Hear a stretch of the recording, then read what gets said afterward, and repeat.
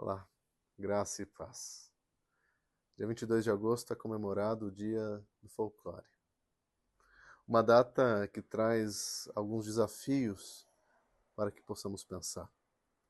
Não poucas vezes a folclorização serve como uma ferramenta de apagamento, de modo que quando se tem uma visão, uma perspectiva despolitizada, o que acontece é uma maneira de silenciar experiências que são super ricas e importantes para determinadas tradições, para alguns grupos, para povos. É uma visão que pode cair na questão romantizada e infantilizada de elementos que são extremamente estruturantes para povos, para grupos, porque demonstram um modo intenso de perceber a vida. Esvazia, não poucas vezes, significados profundos que aquela experiência para a comunidade existe.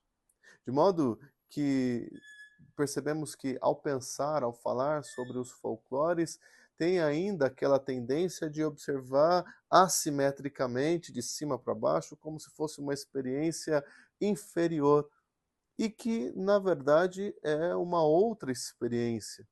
O silenciamento de matrizes, de experiências outras, faz com que nós deixemos estruturado uma tradição etnocêntrica, uma visão etnocêntrica. Tá, mas e o que a Bíblia tem a ver com isso? Eu lembro quando Paulo, lá em Atos capítulo 16, chama Timóteo para começar o movimento missionário.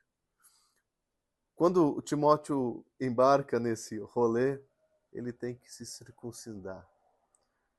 Circuncidar, isso.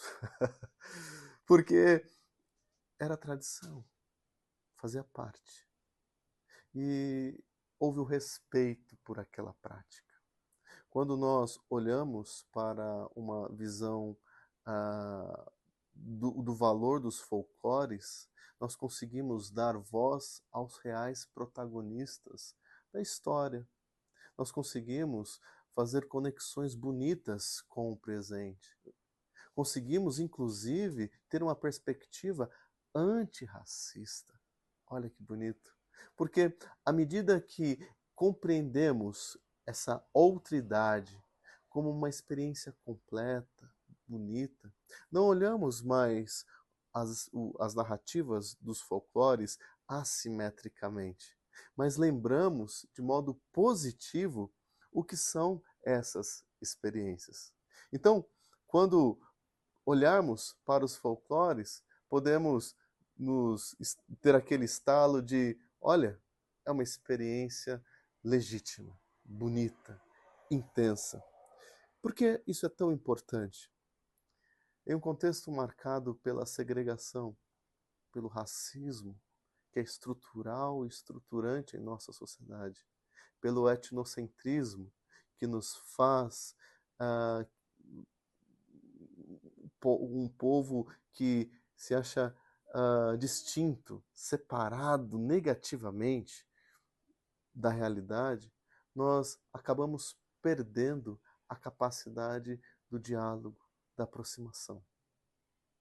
E a Bíblia nos ensina, portanto, a necessidade de estar atento às tradições presentes, para que sejamos instrumentos bonitos da parte dos céus. Que o Senhor nos ajude nessa caminhada. Vamos orar? Senhor, ajuda-nos a ser homens e mulheres que respeitem tradições, experiências, respeitem a vida de modo simétrico, de modo justo, de modo bonito.